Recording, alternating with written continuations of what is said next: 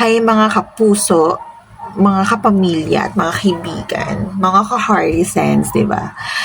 So the other day, meron lang random thoughts na napaisip ako. Yung mga panahon, naisip ko lang kasi mga panahon na na alam mo yun,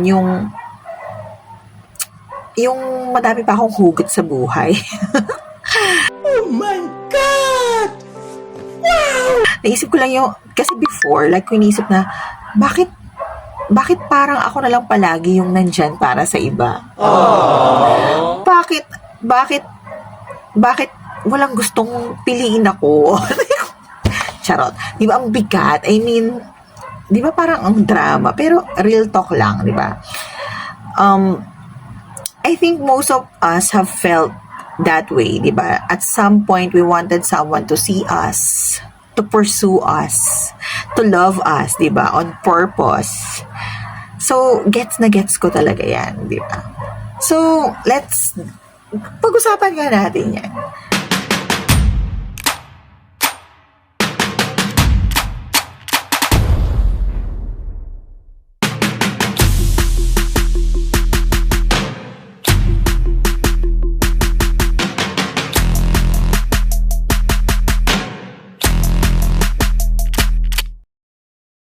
For me, number one hayaan mo siyang maramdaman mo. Pero habang nararamdaman mo siya, why don't give it to the Lord? Ibigay mo siya kay Lord.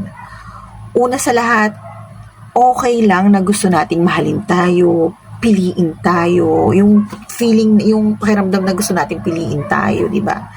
Hindi ka needy, hindi ka mahina, you're just being human. Tao lang tayo. Pero imbes na itago natin yan or i-push down yung thought na yon, why not bring it to God? I-lay down natin sa Kanya, i-lay down mo sa Kanya lahat ng yon. Siya na rin mismo kasi ang gumawa ng puso natin na naghahanap ng connection. Sabi nga dito sa Psalm 37 verse 4, take delight in the Lord and He will give you the desires of your heart. Diba? Pangalawa, may una nang nagmahal sa'yo. Wala mo sino? Si Lord yun. So, bago ba dumating si The One, or bago man, o kung dadating man si The One, meron nang nauna. Meron nang naunang pumili sa'yo at nagmahal sa'yo at si Lord yun. Araw-araw kanyang pinipili at araw-araw ka din niyang minamahal. Minamahal ka niya hindi base sa ganda mo, kung sexy ka, kung matalino ka, or sa mood mo, di ba? Consistent siya, faithful siya, everlasting and forever. Kaya nga may forever kay Lord.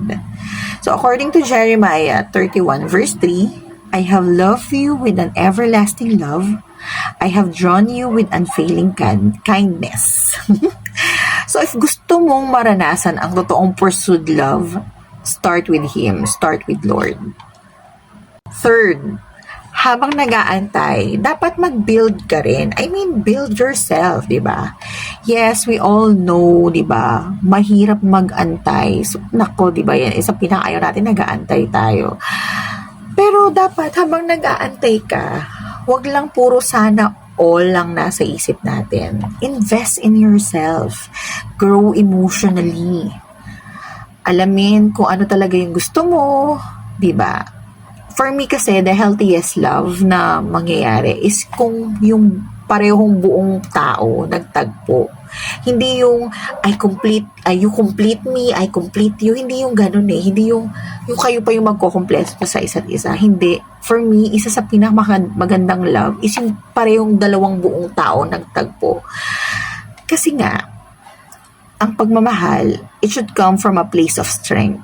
Dapat kayo yung maging yung strength nyo yung isa't isa. So, hindi nyo na dapat pa kumpletuhin yung isa't isa, di ba? According nga sa Proverbs 31 verse 25, she is clothed with strength and dignity. She can laugh at the days to come, di ba? Go girl, build yourself, di ba? And lastly, baka naman kasi close ka rin sa connection. I mean, ikaw na rin mismo ang nagsasarado para sa sarili mo or yung para makakuha ka na, ay para makapag-connect ka sa ibang tao. Minsan, di ba gusto natin i-pursue tayo, pero meron tayong aura na don't talk to me, di ba? So, totoo lang, di ba? Check yourself. Baka open ka ba talaga or baka naman meron kang invisible wall na hindi mo napapansin. Di ba? Small things like smiling, being present, or just showing warmth. You can open without lowering your standards, di ba? Pwede kang maging open sa iba without lowering your standards. According to the Proverbs 17:22, a cheerful heart is good medicine. So, smile dapat lagi. Tapos ko to with the closing prayer. So, let's pray together. Saglit lang. Sobrang saglit lang. Okay, let's bow our heads and pray to God in the name of the Father, the Son, the Holy Spirit. Amen. Lord, alam mo ang laman ng puso namin. Yung longing na meron kami, hindi namin to itatago. Turuan mo kaming magtiwala sa timing mo. Palalimin mo ang identity ko at identity namin sa iyo. Remind us that we are already loved, already chosen, and never forgotten. In Jesus' name we pray. Amen. In the name of the Father, the Son, and the Holy Spirit. Amen. So, ayun lang mga ka-heartesans, mga kapamilya, kapuso at kaibigan. So, if wala pang nagsasabi sa inyo today, always remember that you are worth it, worth the wait, worth the pursuit, and the kind of love na galing sa puso ni Lord.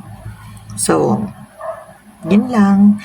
Let's grow together, support each other, and be real about these things. Kaya, hopefully, sana may random thoughts ulit ako. Stay soft, stay strong, at tandaan, hindi ka invisible sa mata ni Lord.